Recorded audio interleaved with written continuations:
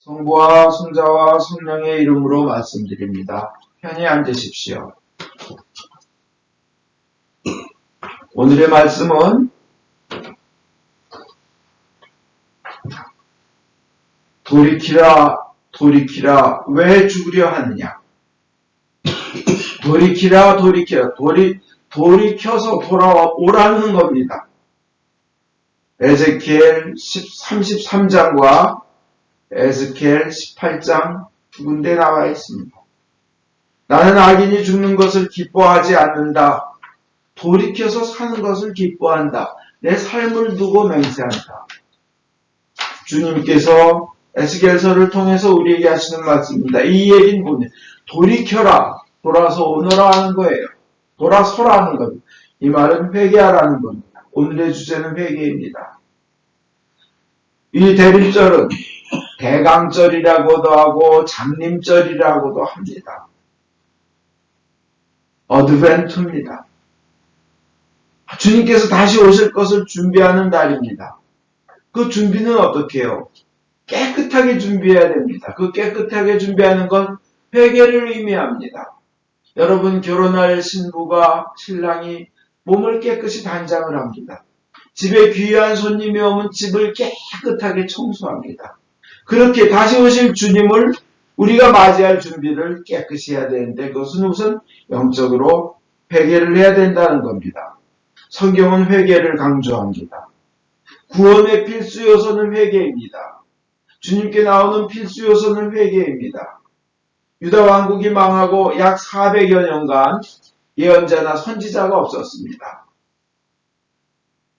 근데 400여 년 만에 나타난 예언자, 선지자가 있었는데 세례 요한이었습니다. 400여 년 만에.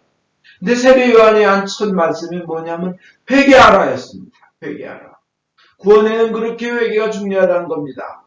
그래서 그 세례 요한이 바로 잡혀 들어가자마자, 감옥에 들어가자마자 예수님도 첫 말씀이 마가복음 1장에 보면 천국이 가까웠으니 회개하라는 겁니다.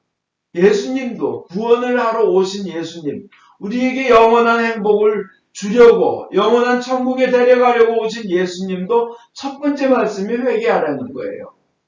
그만큼 구원의 영원한 행복의 첫 번째 중요한 것은 회개라는 것입니다.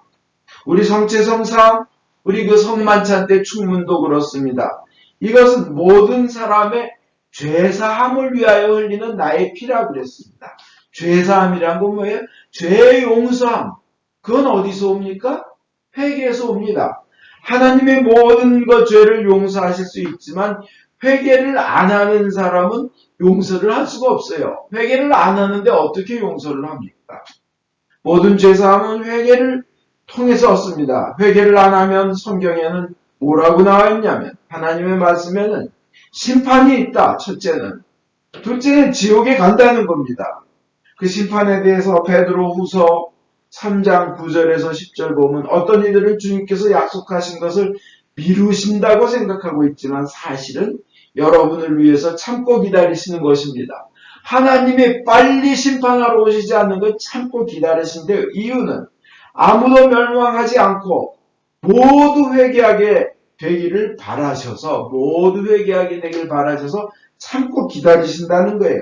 그만큼 회개가 중요하다는 겁니다. 회개하기를.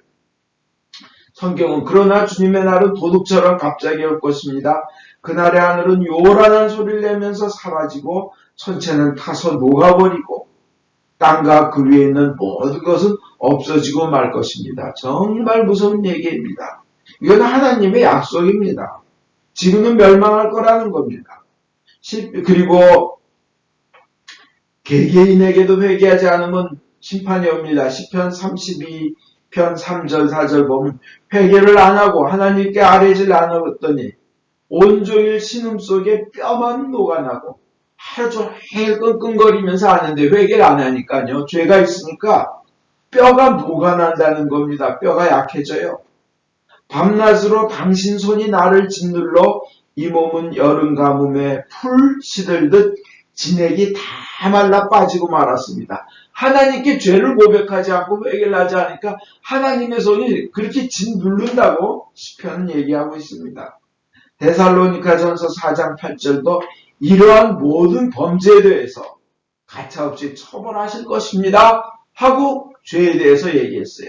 그렇다면 우리는 회개를 중요시 여겨야 될까요? 죄를 가볍게 여겨야 될까요? 아, 너 괜찮아, 너 용서받았어, 그냥 착하게 살아, 기분 좋게 살아, 이게 포커스가 돼야 될까요? 아니에요. 여러분, 신명기에도 보면요, 죄 진대에 대해서 징계 내용이 축복의 내용보다 6배가 많다는 걸 기억하셔야 됩니다. 그 분량으로 볼 때요. 하나님께서 진노로 갚으실 때는 인간이 복수하는 것과는 비교가 되지 않게 처참합니다. 한번 신명기나 이런 데 보세요. 얼마나 잔인한지 떠오르고 싶지도 않아요. 이건 정신적으로, 마음으로, 육체적으로, 후손의 가정의 사업에 다 말도 못합니다. 노아 시절 사람들은 하나님 멀리하고 말 안 들었으니까 홍수로 죽었습니다. 얼마나 그 물에 떠내려가면서 두려웠겠어요. 하나님께서 이끄시는 지도자에게 대들자 코라의 일가는 땅이 갈라져서 지진이 난 거죠. 온 일족이 지진에 죽습니다. 창조주의 뜻을 거역하면 그 주셨던 축복과 생명을 거두어 가십니다. 사울이 하나님을 멀리하고 그 뜻을 거역하자 질병을 내리시고 전쟁터에서 죽게 하셨습니다. 모세를 따르던 백성이 하나님 대신 금송아지 이 돈의 신을 가까이 하니까 죽음이 내려왔습니다. 하나님의 뜻에 순종치 않고 대들었던 이집트 왕 바로는 10번이나 기회를 주었는데도 거절하고 거역하다가 온 국민과 자신의 첫째 아들이 죽임을 당하는 처참함을 겪었습니다. 성경에 사실 많은 사람이 구원받지 못합니다. 가룟유다 차라리 태어나지 않는 것이 날 뻔했다 할 정도로 그는 저주를 받았습니다. 아나니아와 삽비라 부부도 성령을 속이려고 했다가 죽어버렸습니다.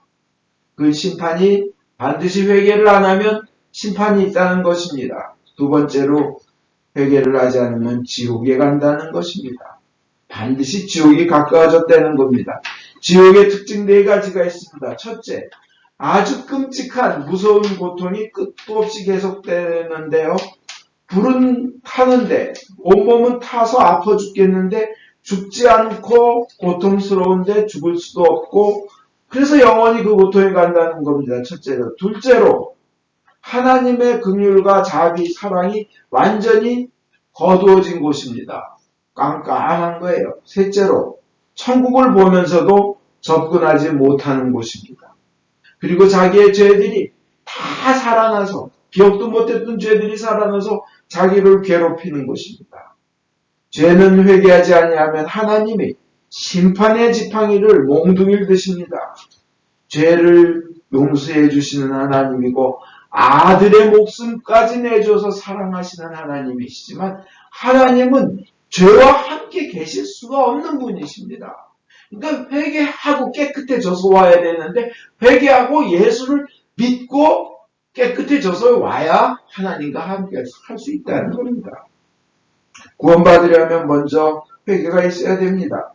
로마서 2장 5절에도 신자라고 해도 그리스도인들도 회개치 않으면 스스로 하나님의 진노를 쌓고 있는 것이라고 되어 있습니다. 성경은 분명히 회개하라고 가리킵니다. 그래서 회개는 가르치지 않고 잘 될 거야 하나님이 지으신 거는 지가 지어놓고 미워하지 않아 이런 식으로만 가르치면 잘못된 가르침이라는 겁니다. 분명히 하나님은 하나님께서 지으신 것을 미워하지 않는다고 분명히 집에서의 제2형제에 나와 있는 건 사실입니다. 그렇지만 회개하라 하는 것도 분명히 나와 있습니다. 그렇다면 이러잖아요. 요한복음에 우리 이미 생명의 나라로 옮겨졌다고 하지 않았습니까? 뭔 회개해요 하고 묻는 사람도 있을 수 있습니다. 근데 죄를 짓고도 회개를 하지 않는다고 안 와도 된다고 생각한다면 그 사람은 아직 옮겨진 사람이 아닐 수도 있다는 겁니다. 아직 구원받지 못한 사람인데 착각하고 있는 거죠. 난 구원받았다고. 여러분 망해가는 회사 있잖아요. 주식시장에 그 주식 떨어지는 데다가 아무리 걷다 대놓고 올라갈지어다, 주식가는 올라갈지어다 그래도 어느 날 망합니다. 아무리 그래도요. 자기가 구원도 못 받았고 착각 속에 있는 겁니다. 양도 아닌 사람이, 하나님의 양도 아닌 주제에 자기가 양인 줄 착각하면 큰일입니다. 에? 그러면서 양의 행세를 하고 남에게 너도 양이라고 가르치면 정말 다 큰일입니다. 자기가 진정한 양이라면 죄나 더러움이 왔을 때 회개의 영이 먼저 성령님께서 안에서 구원받은 사람은 회개의 영을 보내주셔요. 작동합니다. 그렇다면 성경에요. 가늠하다 끌려온 여인, 사마리아 여인, 그전에 남편이 5이나 있던 여인, 십자가 오른쪽에 있던 강도, 회개했다는 말 성경에 한마디도 없는데요. 오늘 말씀하신 중풍병자도 뭐 회개했단 말 없는데요. 구해졌잖아요. 생각해 보십시오. 중풍병자가 온몸을 꼼짝 못하고 친구들이 들고 가는데 사람이 그렇게 많이 예수님 앞에 모여 있어가지고 남집 지붕을 뜯어내고, 이거 뭐 폭력배도 아니고 강도도 아니고 남집 지붕을 친구를 낳기 위해서 지붕에 올라가서 그거 뜯어내는 사람을 구하겠다 할 때 거기 누워있는 중풍병자는 마음이 어떻겠었습니까? 아, 낫기만 하면 좋겠다. 그죠? 예수님 살려주십시오. 예수여 살려주십시오. 내가 과거에 죄가 많았습니다. 이거 마음속에 안 떠올랐겠어요? 그 과정에서. 살려만 주십시오. 힘만 다시 주십시오. 그죠? 가늠하다 끌려온 여인 이제 돌 맞아 죽습니다. 그 무시무시한 돌들이 막 머리에나 얼굴이 피투성이가 되기 직전에 예수만 바라보면서 속으로 어떻게 했어요? 살려주십시오. 제가 잘못했습니다. 아마 온 영혼을 다해서 회개하고 있었을 거예요. 살려만 주시면 당신 손에 있습니다. 어떻게 살려만 안 했겠어요? 그 다음에 사마리아 여인은 진정한 회개에 모범을 보이는데요. 진정한 회개는 뭐예요? 삶이 바뀌는 거예요. 180도로. 이 여자는 남들의 손가락질 눈이 싫어서 그 뜨거운 정오에 물을 길러 혼자 옵니다. 남들이 없을 때 눈을 피해서. 그러던 여인이 예수님을 만나고 내가 구세주라는 것을 듣고는 인생이 180도로 바뀌어가지고 여기에 나를 알아맞힌 선지자가 계시다. 여기 위대한 분이 계시다. 동네에 뛰어들어가서 막 소리치면서 예수를 전하고 예수한테 오잖아요. 삶이 바뀌어진 삶이에요. 그게 진정한 회개예요. 그 회개 안 했다고 할 수 있어요? 그러면 오른쪽에 있는 강도는 어떻게 돼요? 회개를 안 해요? 그 십자가에 매달려서 죽어가면서 얼마나 고통스러워요. 1초 1초가 정말 온몸에 막 칼로 팍팍 파고 들어오고 뒤틀어지고 목마르고 하는 그 순간에도 예수께 믿음을 고백합니다. Jesus remember me when you come into your kingdom 하고 주님 저를 기억해 주십시오. 이게 진정한 회개 아니겠어요? 그죠? 진정한 회개, 그건 모든 것에 마지막 단계를 이루고 있는 겁니다. 성취는. 회개를 그럼 하면 어떻게 됩니까? 구원을 얻습니다. 치유를 얻습니다. 기도 응답을 받습니다. 은혜를 받고 나를 우겨싸며 막혀있던 문제들이 해결됩니다. 시편 51편에 다윗이 그 지독한 죄를 짓고, 예? 그때 51편 정화수를 내게 뿌리소서 하면서 내가 깨끗해지리이다 하면서 죄사함 받은 후 회개하면서 죄사함 받은 그 상태를 서술하는데 내 꺾여진 뼈가 춤을 추리이다. 내가 죄 때문에 꺾여진 뼈들이 춤을 추리이다 하고 마지막으로 서술을 해요. 이게 회개의 은혜입니다. 시편 32편 1절에도 복되어라. 거역한 죄 용서받고 죄 허물을 벗겨진 자 복되어라. 복되어라. 그 복되. 이 얘기는 뭐예요? 그렇게 죄사함을 얻으면 그 사람은 복되다는 거예요. 하나님의 복이 임했다는 거예요.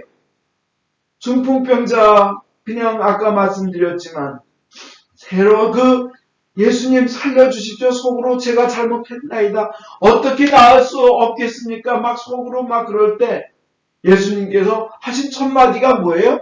너 죄사함을 받았다예요. 너 모든 죄가 용서되었다는 거예요.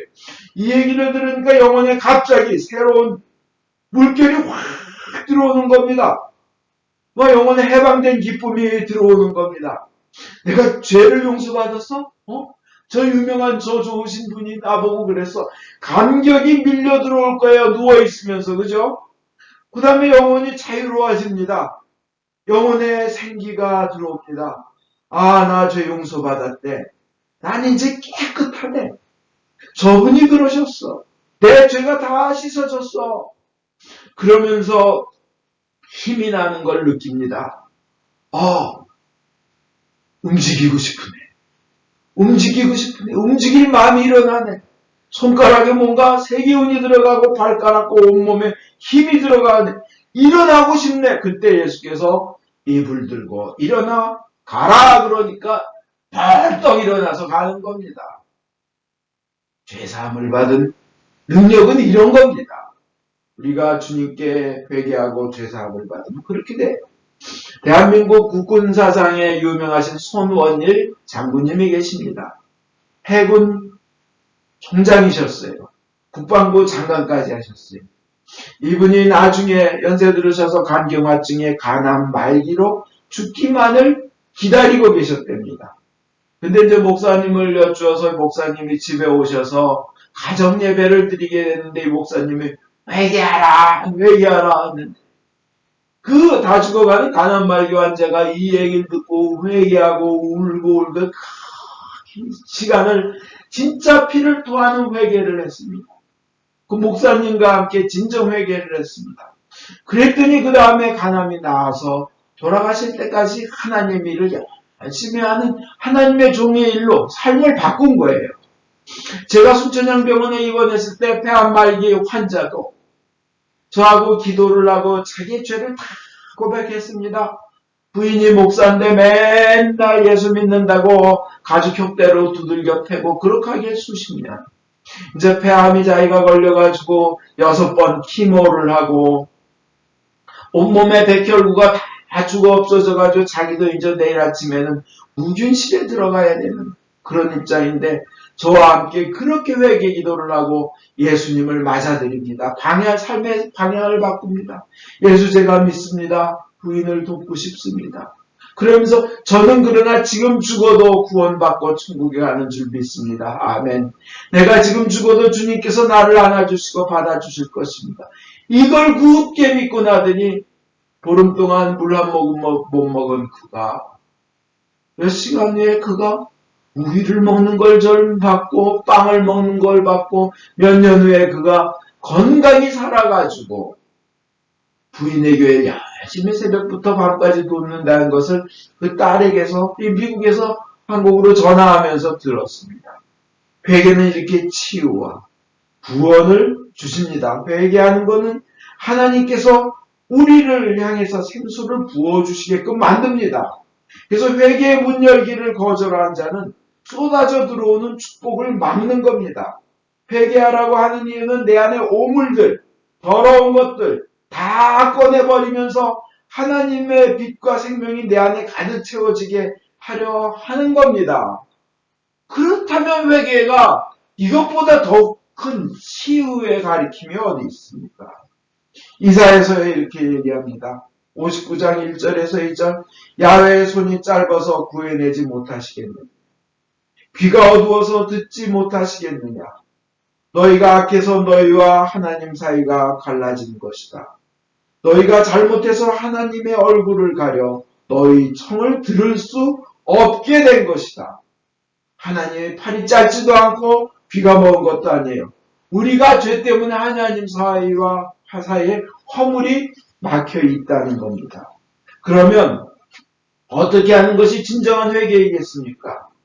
하나님 앞으로 돌아오는 겁니다. 하나님께로 돌아가는 겁니다. 탕자처럼요. 아버지를 죽은 사람 시체 취급하는 그렇게 아버지를 모독을 한 탕자입니다. 유대인들은요. 제2경전의 그 집회서에 보면요. 절대 죽기 전에는 재산을 자식에게 물려주지 말라고 돼 있어가지고요. 그래서 그 당시에도 재산을 자식에게 죽기 전에 물려주지 않습니다. 죽으면 장례식을 치렀다는 얘기예요. 재산을 물려주면 죽었다는 얘기예요. 이 탕자가 아버지를 그런 취급을 한 겁니다. 미리 재산을 나눠달라는 죽은 자 취급을 한 거예요. 그 모독이에요. 그리고 그 돈을 받아서 아빠는 참 방탕한 아버지예요. 자식이 해달라는 대로 다 해주는 아버지처럼 나쁜 아버지는 없습니다. 그죠? 방탕한 아버지, 그 탕복. 이 나쁜데 다 자식이 썼지만 자식이 그냥 아버지께로 다시 오는 것을 결단해서 아버지께로 가는 것, 그게 진정한 회개라는 거예요. 하나님 아버지께로. 그 앞에 자기가 자책하는 거, 자기가 죄책감을 갖는 거, 자기가 후회 단계에서 끝나는 거는 그건 아직 1단계 회개의 기초 단계가 뭐예요? 맛배기, 예고편밖에 안 되는 거예요. 진정한 회개는 하나님 아버지께로 가는 게 진정한 회개라는 거예요. 그렇다면요, 자책감, 죄책감, 후회 단계로 내가 왜 그랬을까? 그러지 말았어야 되는데 하고 끝나면 어떻게 돼요? 가룟 유다처럼 됩니다. 목매달아 죽게 돼요. 자기가 너무도. 그러나 좋으신 하나님을 바라보고 나가면 하나님께서 나와서 끌어안으시고 잔치 차려라, 살찐 송아지 잡아라, 옷 입혀라, 금반지 끼워라, 신발 신겨라, 오늘 밴드 불러라. 이걸 해주시는 겁니다. 우리는 비록 가기는 그저 종이라도 하인이라도 써주십시오. 그냥 하루 세 끼만 주시면 무엇이든지 하겠습니다 하면서 하나님께로 가는데 하나님은 잔치를 베푸시는 거예요. 그걸 믿고 나가는 것이 진정한 회개입니다. 그렇다면 진정한 회개는 삶이 바뀌어야 됩니다. 회개했다는 사람의 회개 전이나 회개 후가 다르지 않다면 그 사람은 더 회개가 필요한 사람입니다. 진정한 회개가 필요한. 회개 전에도 욕을 잘했고 입이 더럽고 회개 후에도 남에게 독소를 잘 퍼붓고 남에게 가슴에 아픔을 준다면 이 사람은 진짜 더 회개가 필요한 사람입니다. 세상의 방식하고 믿지 않는 사람하고 신자라는 사람이 사는 방식이 똑같아요. 남 뜯어먹기 좋아하고 속임수 쓰기 좋아하고 놀기 좋아하고 핍박하기 좋아하고 그렇다면 그분은 진정한 구원을 얻기 위한 회개가 정말 필요한 사람입니다. 우리가 진정 주님을 믿었다면 회개했다면 그 과정이 무척 아플 수도 있습니다. 괴로울 수도 있습니다. 손해도 볼 수도 있습니다. 위험도 찾아올 수 있습니다. 그러나 기억하십시오. 저 적과 꿀이 흐르는 가나안은 광야를 거친 뒤에 있다는 겁니다. 주님의 부활은 십자가의 고통 후에 있었다는 걸 기억하십시오. 여러분 진정 회개하고 삶이 바뀌는 그 과정, 그 고통을 이겨내고 참고 하나님께로 가려고 몸부림치면서 성령님께 도움을 부탁하는 것이 그것이 회개입니다. 그러한 구원에 이르는 회개는 행위로 나타납니다. 행동의 변화가 나타납니다. 그렇게 회개를 하셔야 된다는 겁니다. 그래가지고 거듭난 사람은